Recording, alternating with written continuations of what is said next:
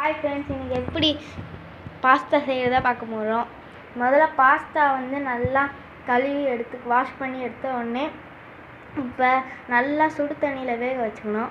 வேக வச்சதுக்கப்புறம் இந்த மாதிரி பதம் வந்தோடனே இறக்கிடணும்.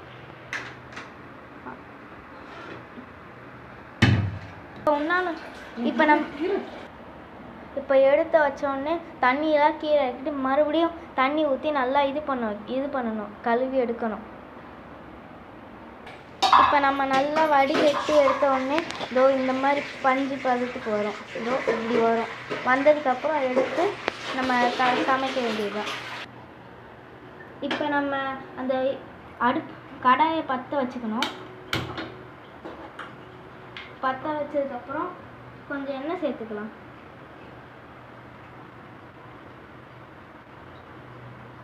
அது கொஞ்சம் காஞ்சி வந்து அப்புறம் கொஞ்சம் வெங்காயத்தை நம்ம அரைச்சிக்கணும். அந்த அரைச்ச வெங்காயத்தை இப்போ போடணும்.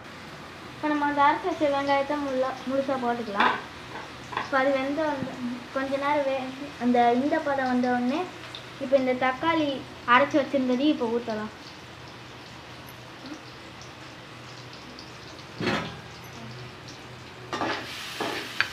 நல்லா வேக வச்சுக்கலாம் அடுப்பில்.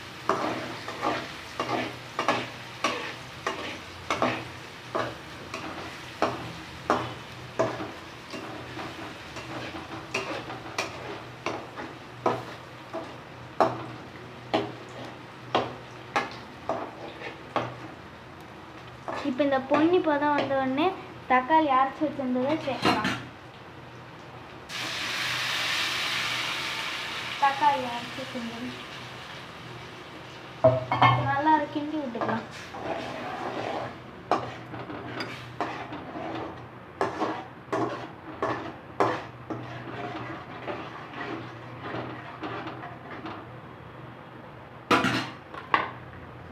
இப்போ நல்லா வேகட்டும், வெயிட் பண்ணும். இப்போ வந்துருச்சு. வந்ததுக்கப்புறம் கொஞ்சம் இந்த அளவுக்கு உப்பு சேர்ந்துக்கோங்க.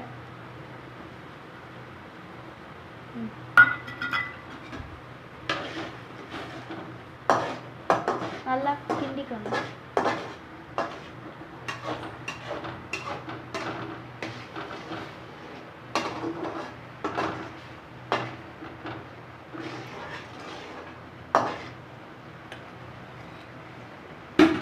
இப்போ நம்ம இது பண்ணி நல்லா வேக வச்ச பாஸ்தாவை சேர்த்துக்கலாம்.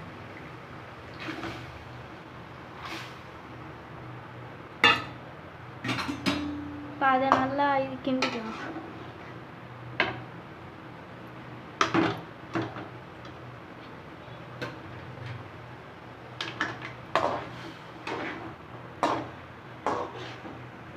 உங்களுக்கு வேணும்னா நீங்கள் டொமேட்டோ சாஸ் கூட சேர்த்துக்கலாம். தக்காளி தக்காளி அரைச்சி சேர்க்கறதுக்கு பதிலாக டொமேட்டோ சாஸ் கூட சேர்த்துக்கலாம்.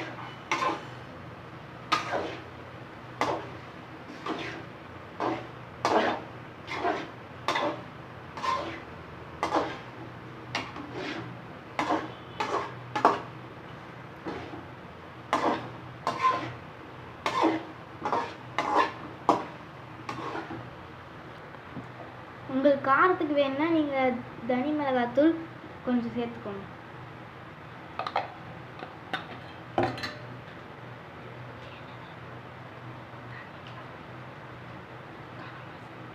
அப்புறம் உங்களுக்கு கரம் மசாலா கொஞ்சம் போட்டுக்கோங்க. இப்போ இது ரெண்டுத்தையும் சேர்த்த உடனே